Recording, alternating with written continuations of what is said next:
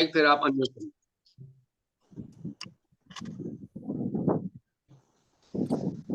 Good evening, आदाब, सत श्री अकाल, नमस्कार. This is Ashok Bakshi from Zana Family Delhi chapter.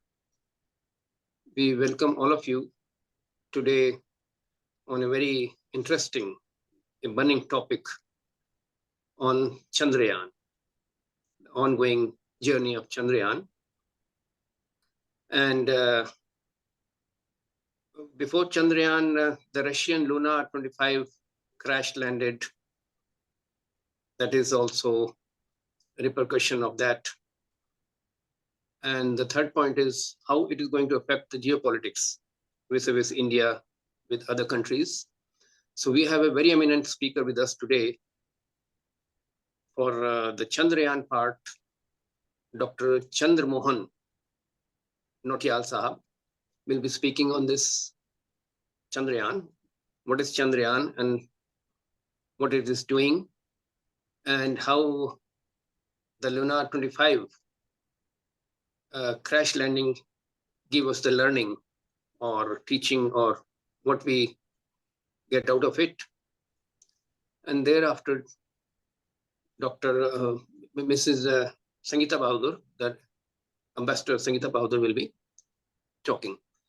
So before we start, before I invite Dr. Chandra Mohan, I would like to give a little introduction. Dr. Chandra Mohan Nautiyal is a versatile talent with many facets and hats. After 5 fellowships, MSc from IIT Roorkee and PhD, and postdoctorate work at TRL Ahmedabad, ISRO. He worked at Birbal Sahni Institute of Paleobotany and Paleosciences during 1985 till 2016, and superannuated as a scientist in charge of country's most prolific radiocarbon dating in 2016.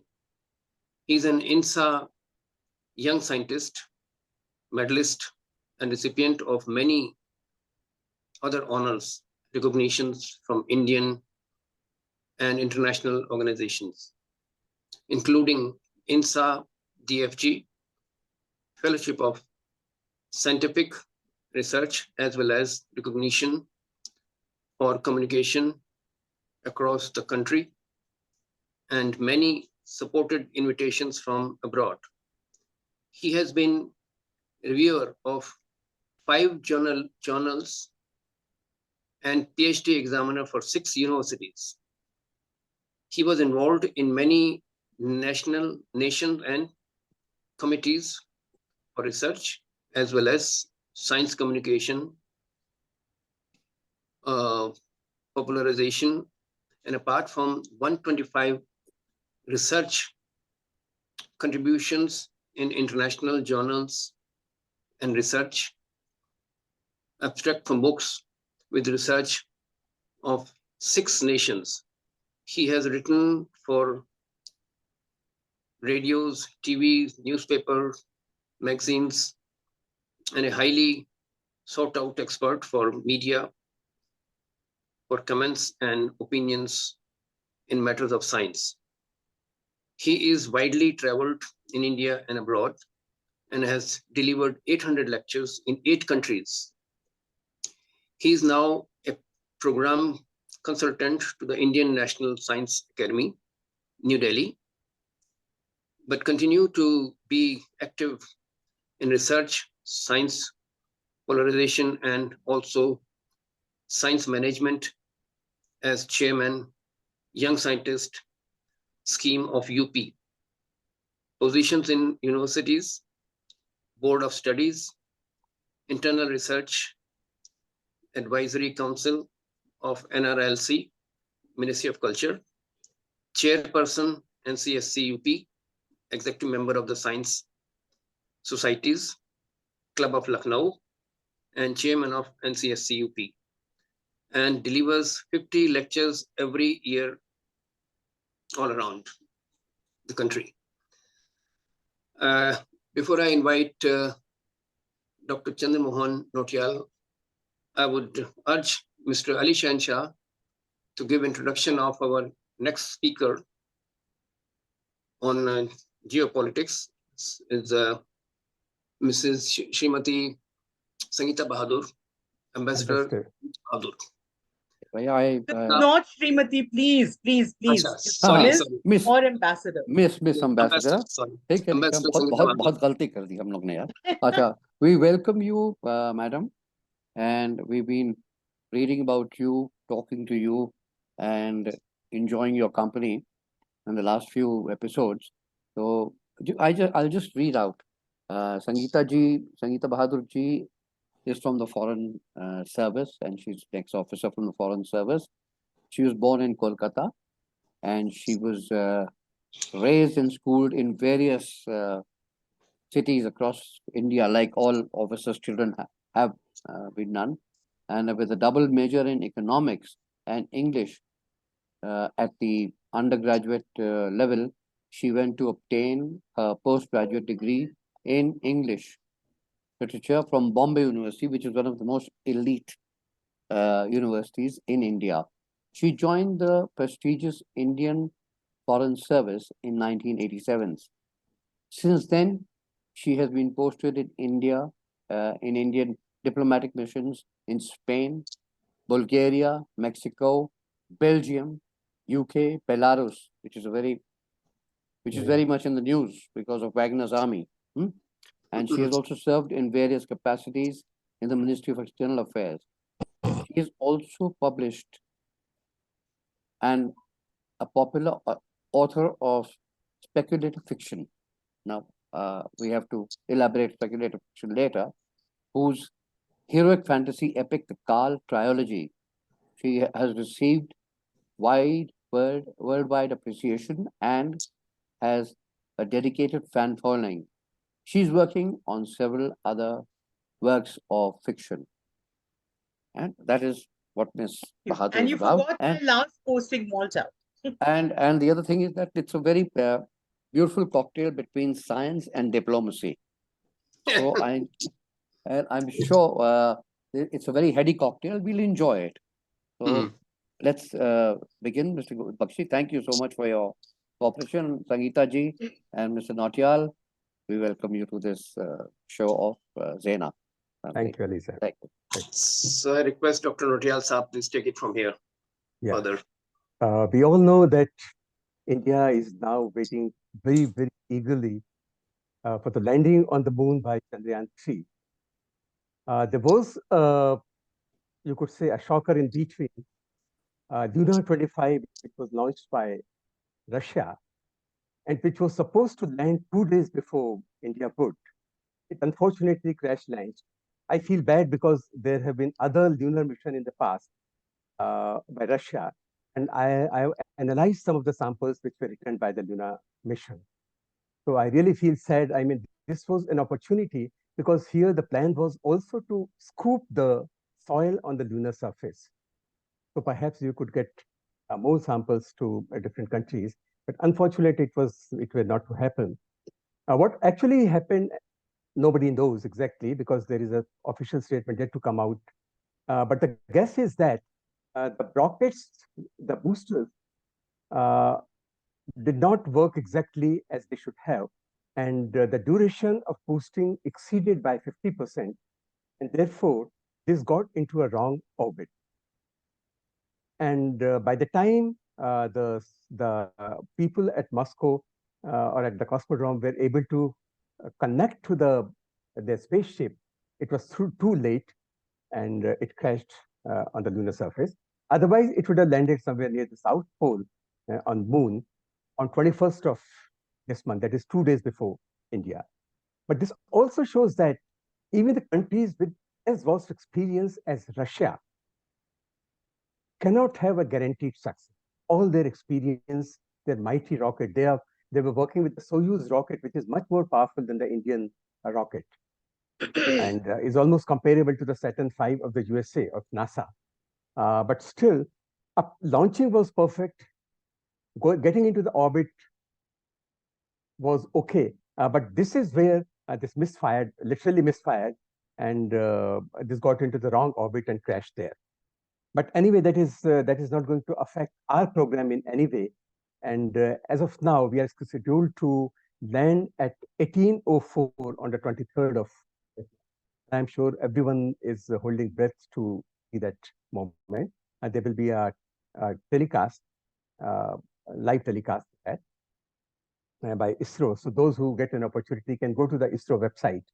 In addition, there are some channels also, like Ashtak. I'm sure they are going to give a live program, and also India Today will also give some live programs. I will be there on some programs also. So now, coming to our Chandrayaan 3, where did we go wrong in Chandrayaan 2? And how we have improved. So there are 2 or 3 points I would mention. The one point is that in case of Chandrayaan 2, the area which was chosen for the landing of Chandrayaan 2 was rather narrow, about, you could say, half a kilometer or so in size, whereas now this is almost 7-8 square kilometers. So there is a lot of choice. And even if at the last moment, Anstat is going to land on a boulder, because we know that on the lunar surface, there are a lot of boulders. Boulders means huge rock. We also know there are a lot of craters. So if it gets into a crater, there are going to be two problems. Number one, if it's a huge crater, it may be prevented from getting the sunshine, and therefore its solar panels will stop working. Second issue is if it gets inside a deep crater, when it releases the rover from its tummy, this rover will not be able to come out of the crater, and all the experiments that have been put on that rover will not be able to function. So, in a way, the scientific purpose of the mission will be. Therefore, it's very important that it lands at the right place, and this time there is a lot of latitude, so that its artificial intelligence will keep on sending signals to the ground and finding out whether it's the right place or not. And it can adjust its direction. But before that, there is another challenge. When this is going in the orbit, this is horizontal. After its separation from the propulsion module, and when it lands on the lunar surface, it should be vertical. Now, this is one important maneuvering which has to be done, so that when it lands on lunar surface, it's vertical, and then only properly the rover will also come out from that. The difference between American or the NASA missions or the Russian missions and the Indian mission, one major difference is that they are using very powerful rockets, which can take them straight into the lunar orbit in 5 days or so. In our case, we have to go in a roundabout way, just like I give an example that if you are going to climb up a hill, if the slope is very high, then we cannot directly go up unless the engine is very strong. But if we go in a roundabout way, so it will take longer time, but we'll be reaching there safely. Otherwise, we cannot reach there. So India is taking much longer. Went there in 2 stages. After the launching, it was moving around the Earth. And it made 5 such orbits. And every time, the orbit size increased. And therefore, it went on getting closer and closer to Moon. And thereafter, it was boosted so that it got into an orbit around the Moon. And then again, in the same way, it went on making its radius smaller and smaller and smaller. And finally, it got into an orbit which was about 100 kilometers in diameter. In fact, 130 kilometers on one side and some 30-40 kilometers in width. So the size kept on changing. And ultimately, it got within 30 kilometers of lunar surface. Now, from this 30 kilometers, the challenge is to send our module, which is separated from the propulsion module. This lunar module with the rover in its belly, it has to go down. Now, even if we make some very simple calculations, and we assume that this lander starts from a zero velocity. So even though the gravity of Moon is 1/6 of the gravity of Earth, even then there will be an acceleration of over 1.6 meter per second per second. That means every second the speed or the velocity will increase by 1.6 meters. By the time it travels 30 kilometers, the speed would be very high.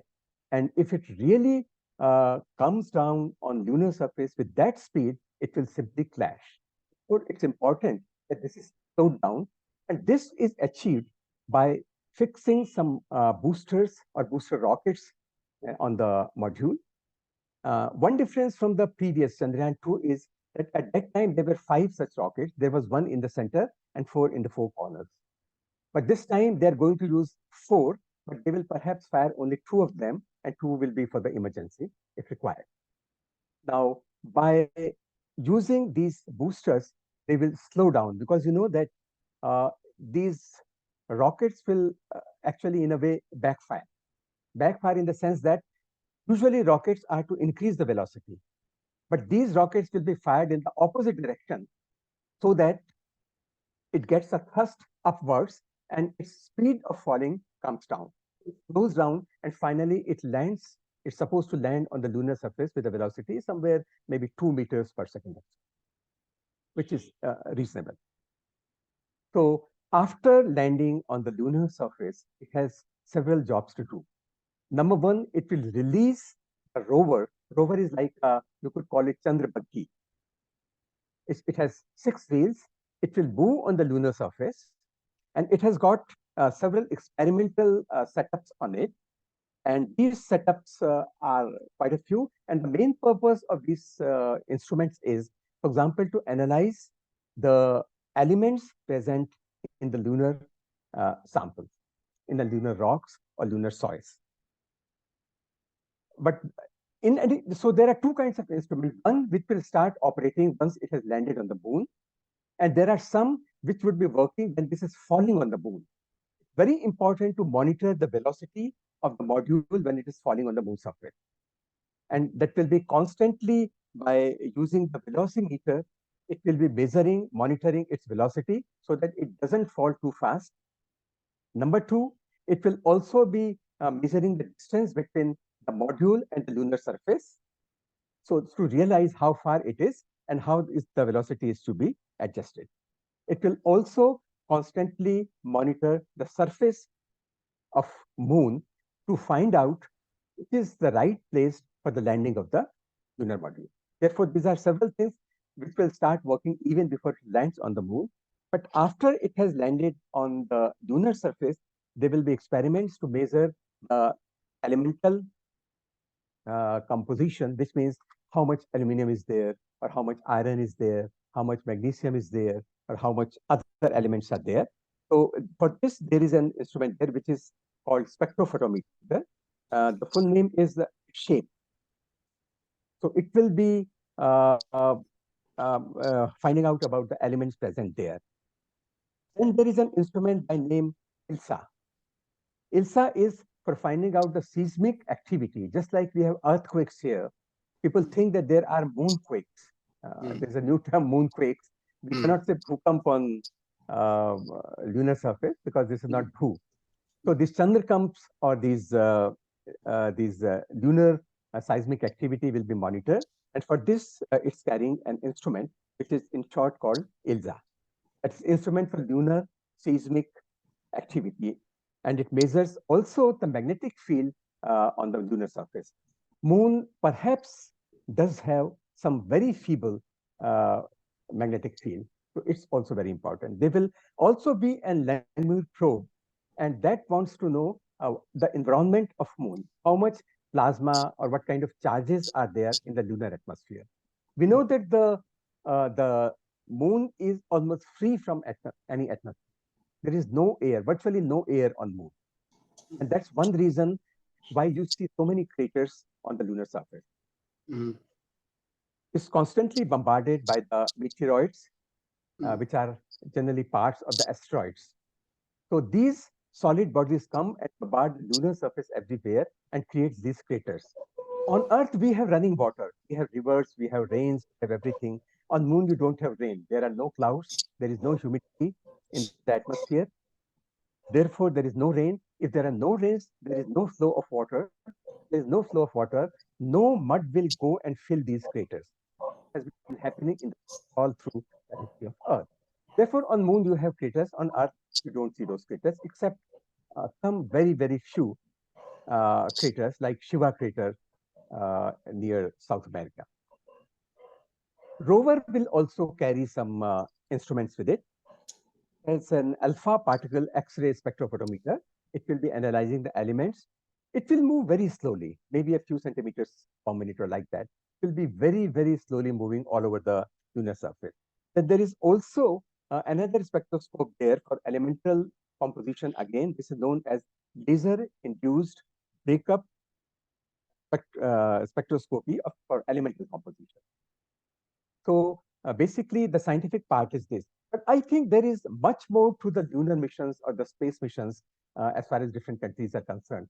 We know that India, the Russian mission is almost after 50 years since the last mission in 1970, 47 years since then. They did not send any mission, but then the Cold War between the two countries was on. At that time, there was a very close fight between USA and Russia, who takes his people first on the moon. Of course, Russia was picked, US won. When Neil Armstrong and Aldrin and another person, they reached moon. Two of them landed on the moon surface. But it became, I think, almost I think Sangeeta ji would be a better person to comment on that. But perhaps this became almost a prestige issue for these two countries. Who reaches on moon first? This was a display of their superiority in space technology. Even though Russia was initially ahead, they had sent their Sputnik in the space much before USA did. Laika, that famous male dog, it was sent there. Then Yuri Gagarin was one of the early cosmonauts and so on. Initially, they were perhaps leading. Ultimately, they were pipped to the post by USA. So there is another element other than science, technology, and space.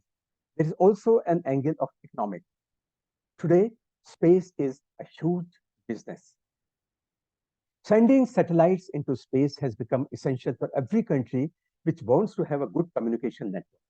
Now, sending satellites is an expensive thing. Developing or gaining the technology is also very difficult and very expensive. USA, Russia, China, India are among the leading teams. And therefore, if some country wants its communication or weather satellite or any other for any other purpose, and its satellites to be launched in space, it has to approach one of these four countries. But if you compare the costs, there is a lot of difference between the cost which India incurs or USA incurs.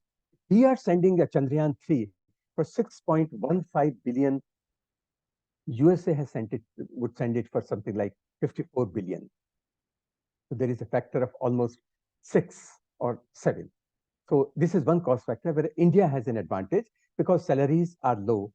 We have started developing our own instruments. We don't import them. We don't outsource as much as many other countries do. There is a cooperation. For example, the Ariane rocket, which is used in one of the stages by India, was developed in cooperation with French. Then there are some other technologies where we have collaborated with other countries. But otherwise, overall, we can say we are fairly independent and we are much less expensive. So if a small country, even in the neighborhoods of India, say, wants to send its satellite into space, it will be much more economical for them to send it through Indian rockets than American or some other. So there is, the first point was science and technology. The second point is economics. The third is in the process of sending our spaceship to moon or anywhere, we develop so many spin-off technologies. We develop alloys. We develop some other designs which could be useful for the industries. For example, in the US, for example, there are many technologies which are now being marketed and they were originally developed by NASA. NASA developed them for the space mission, then they were sold off or transferred to private industries, and now this is they are selling it and earning money. And the fourth thing is national prestige. I think every country nurtures a wish to be in space, to be known as a space power. One is the sense of prestige, the sense of self pride, and every Indian, for example, takes pride in the success of our spaceship. But in addition to that, there is one more factor, and that factor is it also makes us militarily superior. If our launching capabilities increase, that means we have acquired technology and we'll be able to send our spacecrafts to much higher orbits than other countries. And anyone who can reach above in space can watch things that are below. If you are able to make a station on moon, it will be a convenient place to go and stop by and then again start for the outer planetary. Similarly, from there, you can watch Earth, you can keep an eye on Earth. And if you have, of course, satellites which are even at a height of, say, 400 or 500 kilometers, or in the geostationary orbits, which is 36,000 approximately, 36,000 kilometers, you can monitor what is happening on Earth or in space around Earth. You can even watch the space rocks, the space debris, which is coming from, say, asteroidal belt, that is between Mars and Jupiter. There are a lot of solid bodies which are moving. Sometimes they collide and a piece is scattered and it shoots towards Earth. We have been hearing about them in the newspapers. Generally, they don't come and hit Earth so far, but you can never know when this is going to happen. And in space, even if you say this is 1 lakh kilometers, given their speed, this is not really much because a little deflection and it can land on Earth and wipe out the whole civilization. So this is the fourth security act.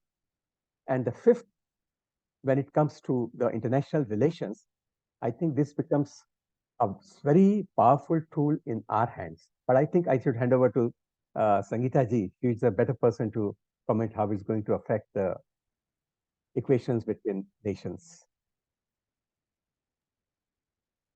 Well, first of all, let me just say a big thank you, Dr. Chandra Nautiyal, for explaining something which is, we've all been listening to news about this and various podcasts and blogs, etc., that people have been writing and speaking about. And it's something that catches the nation's imagination, but it requires somebody like you, whose introduction itself was like a book in itself, who's done so much, achieved so much, and who's been so closely associated with this. And I wish I had a teacher like you when I was in school. I probably would have opted for science, which used to scare me blind at that time. So I never did. But so thank you for giving this very detailed and very illuminating explanation about what we are trying to achieve through this, this whole Chandrayaan experiment and what we are going to gain out of it. And I must point out to the nice coincidence of having Dr. Chandra Nautiyal talk about the Chandrayaan. And I totally agree with everything that you've been saying. And it is going to be a huge feather in our cap once the Chandrayaan 3 actually lands there. And I believe it's one of the few, or maybe the only one, which is landing on the south side of the moon, and maybe on the dark side of the moon. Is it? On the south side, yes, it's quite close to the pole. Quite close to the pole. But South is it pole. on the dark half of the moon or the light? No, it's on this side only. Okay. China landed on the other side. I see. And another thing I was a little curious about before we talk about its international repercussions is that this morning I heard that it was just about 25 kilometers from the moon. So in that case, why is it taking 2 days? 25 kilometers is something that can be done in maybe 20 minutes, right? Or less. Yes, yes. But I think before that, they want to check everything. They want to monitor the whole surface and find out the right place for landing. I see. So it's just waiting in space to find a place to land. Okay.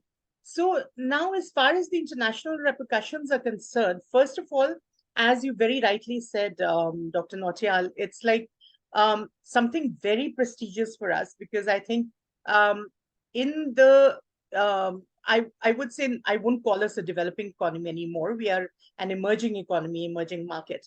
Among those emerging economies and markets, I think we are probably the first to have ventured into space. And I do remember that a few years ago when we sent the Mangalyaan or whatever, there were these stupid cartoons in many of these European magazines which showed, a very poor farmer with a cow knocking on the door of this exclusive space club. So we have broken that barrier. And now I think because of the kind of things we've been doing on the international front, in any case, especially in the last 10 years, the image of India in any case has now improved to a point where people would hesitate before making a stupid cartoon like that. And the idea which is now emerging is, as you rightly said, India is doing the same thing as the US is doing, or Russia is doing, or China is doing, but at a much, much lower cost. And that just shows the world how how seriously we take, first of all, we take this whole matter of exploring space, and secondly, how we are determined to do it at the lowest possible cost, not just for ourselves, but we've always offered to share whatever discoveries we made, whatever we find on the moon, whatever, as you said, spin-offs that we get from that. We have never shied away, unlike the US and the US former USSR, maybe Russia still the same, and China definitely, who would never share, even their dinner menu with anyone if they could help it. But we have always been of the view, that Vasudhaiv Kutumbakam has been the guiding spirit for, for our entire civilizational history, I would say. And certainly this government in the last 10 years has made it into a war cry, right? War cry is probably not the right word, but it's like something that an idiom that we live by. So we genuinely mean it when we say that we are going to share this with whoever. And as everybody is aware, G20 has been going on now for nearly a year. We hold the chairmanship. And in January, I think January or February earlier this year, the PM had, there are so many countries, growing economies, developing economies, which are not really members of G20. But what PM did was to call a meeting of all of them. I think more than 100 countries showed up for that, who are not really G20 members, but who stand to benefit from what India can share with them as right now the chairperson of G20, but also in the long run, because we have a very special place in this organization, and now we are like growing from strength to strength on so many fronts. So, and at that time, Prime Minister Modi had offered to be the voice of the South, India to be the voice of the South. And we had offered that, you tell us what you want out of not just G20, but for your whole developmental growth story. What do you want? What kind of help? What kind of support? What kind of information, knowledge? Whatever you want. Let us know, and we will be your voice. We will speak to the rest of the world and try to get you whatever support you require on your journey. So in line with that, what we are achieving through this Chandrayaan mission, and I'm sure it's going to be a success. We've now come too far to fail like the last time.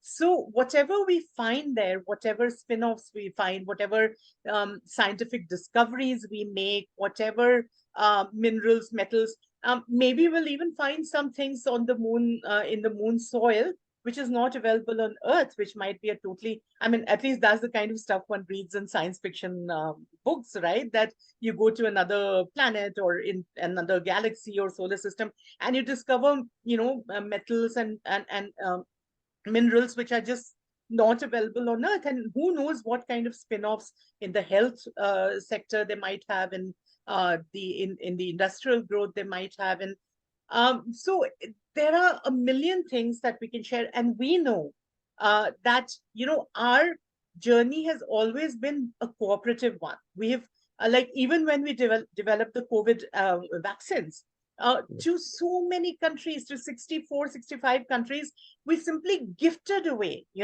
literally hundreds of thousands of doses have just been gifted away.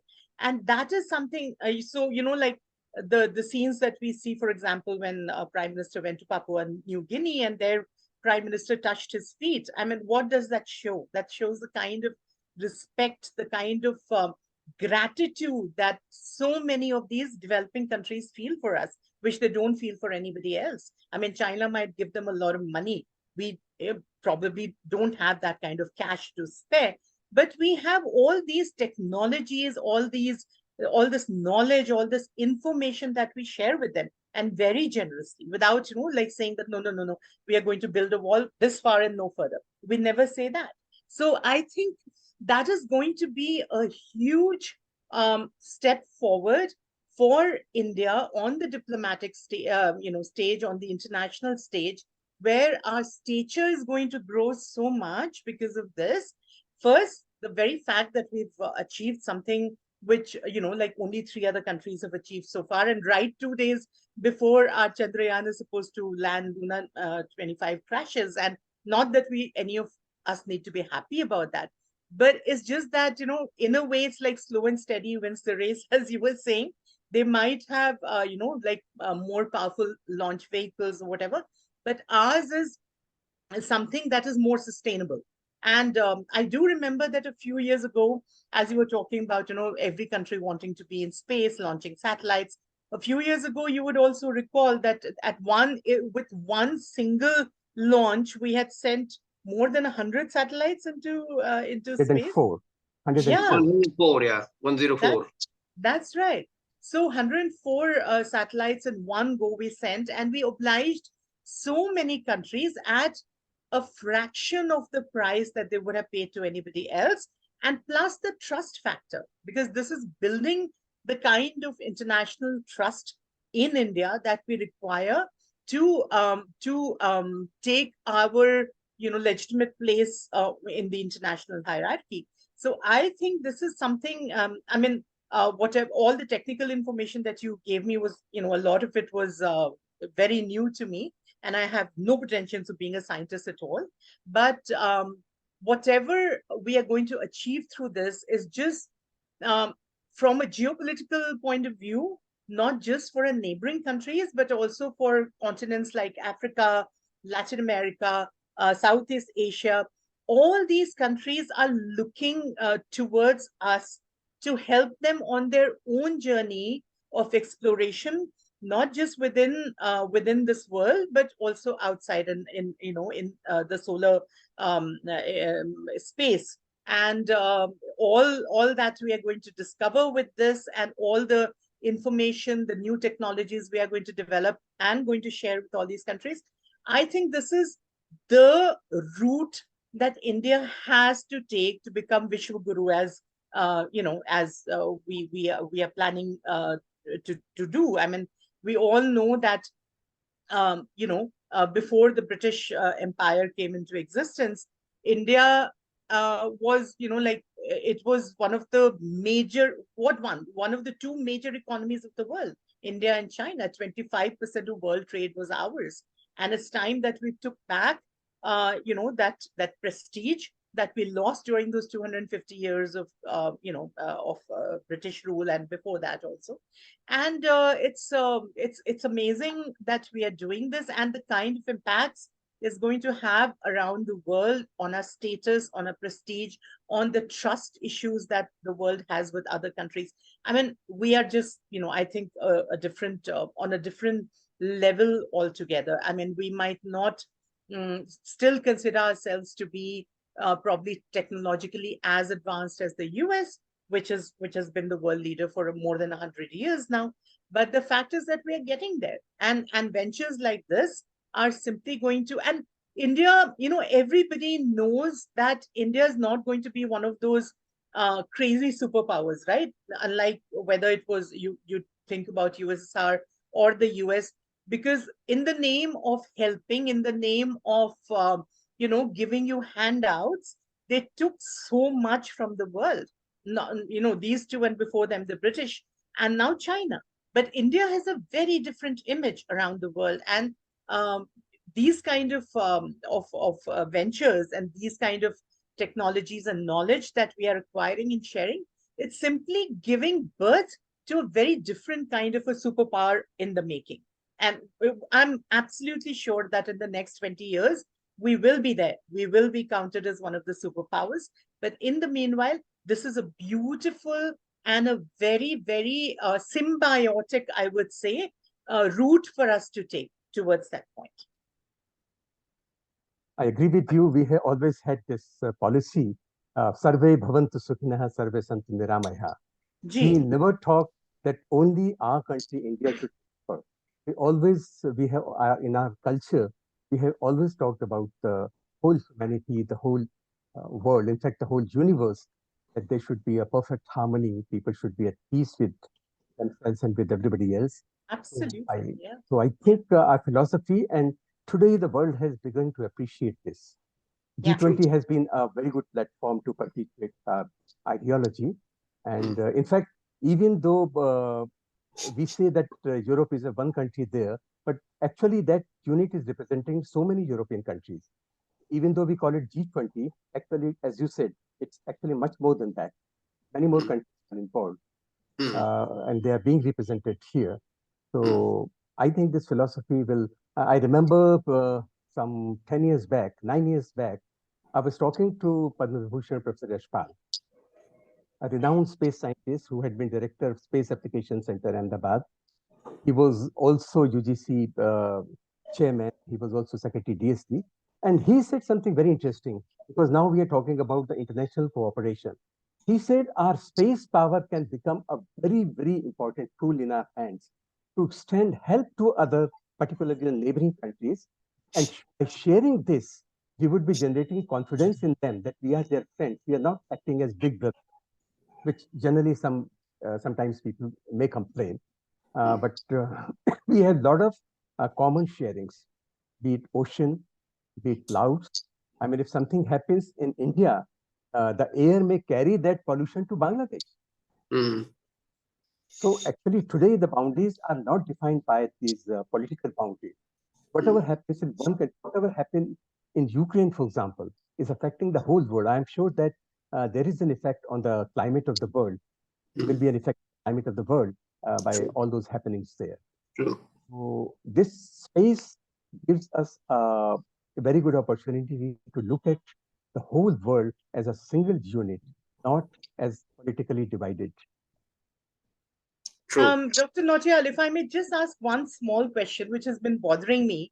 I know it's a very proud moment, and probably one should not be thinking about these things. But, I just feel that the human species as a whole has already completely ravaged the earth. We're talking about climate change. We're talking about temperatures rising by 4 or 5 degrees, glaciers melting, ice caps going for a 6, and, like all kinds of bacteria and virus which have been buried for millions of years. Suddenly they all come out, and we are going to get all kinds of new diseases. Now do you think we are extending that ravaging to the space now? We're starting with the moon. Now we are going to figure out how to extract metals and minerals and whatnot from the soil of the moon.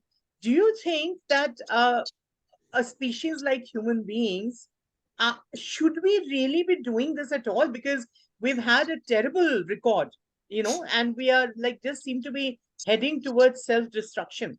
Do you think this will add to that? When these rockets and such things, they are sent to the outer space or to the planetary spaces or other such bodies, I think they are decontaminated before that. Even the insides, outside, of course, gets automatically, once it's heated during its passage through the atmosphere. Because of friction, it gets heated, and so it is decontaminated. Uh, Even inside, whenever these spaceships go, I think they are completely decontaminated before being sent there. So that way, we will not be hopefully carrying any bacteria or viruses there. But the second point, that just like we have ravaged this earth, I think I'm sure that there is at least one person or two persons on this earth who are thinking that the governments don't allow us to pollute earth anymore. Now there is such a good opportunity. There is moon and there is a Mars, and perhaps we can go and start this whole game there, Polluting, yes. polluting it. Yeah. So somebody said in a joke that there is no atmosphere on these bodies. So let us send the polluting industries these things to Moon and to Mars, so that they release carbon dioxide there, so at least some atmosphere would be created there. Mhm. But this was anyway just as a joke. But I agree with you that we have to be very, very careful when we step on other bodies, the extraterrestrial bodies, and make sure that we don't plunder them the way we have plundered our mother Earth. Yeah, Mhm. yeah. True. So I think very soon we'll probably need, legal regulations, etc., to monitor the activities of all these. I mean, not just these four countries, but I'm sure in the future others are also going to join. For all you know, we'll have commercial ships landing on the moon for tourism purposes and all that. So I guess it's time to start thinking along those lines as well. Mm. And maybe India could be one of the countries which could take the first step. I don't know. True. True. That's correct. In fact, even before Chandrayaan he would land on Moon, we already have some things there which have been named after Indian scientists. Some of the craters on Moon have been named after Indian scientists like Vikram Oh, Sarabhai and others. Hmm. Several okay, okay, okay. So I think the science part is over, the international relation part Yes, is over. Anything else?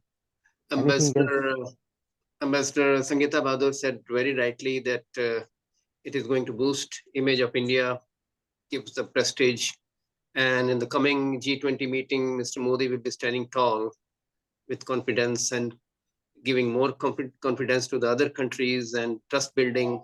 It is going to help a lot in geopolitics as well as in the development of the countries and around the world, helping other people also. And what a wonderful coincidence that Dr. Chandra Nautiyal Sahab spoke about Chandrayaan today and in a very detailed manner. It was a fantastic, very elaborate presentation. And we thank you once again for joining us. And we thanks Dr. Ambassador Sangeeta Bahadur also for giving talk on geopolitics. And we hope everybody enjoys this.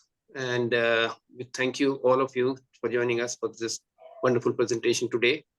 And namaskar. Thank you, Ji. Namaskar, Bakshi ji. Thank you for your time. Yeah, thank you, Ji. Bye. Bye.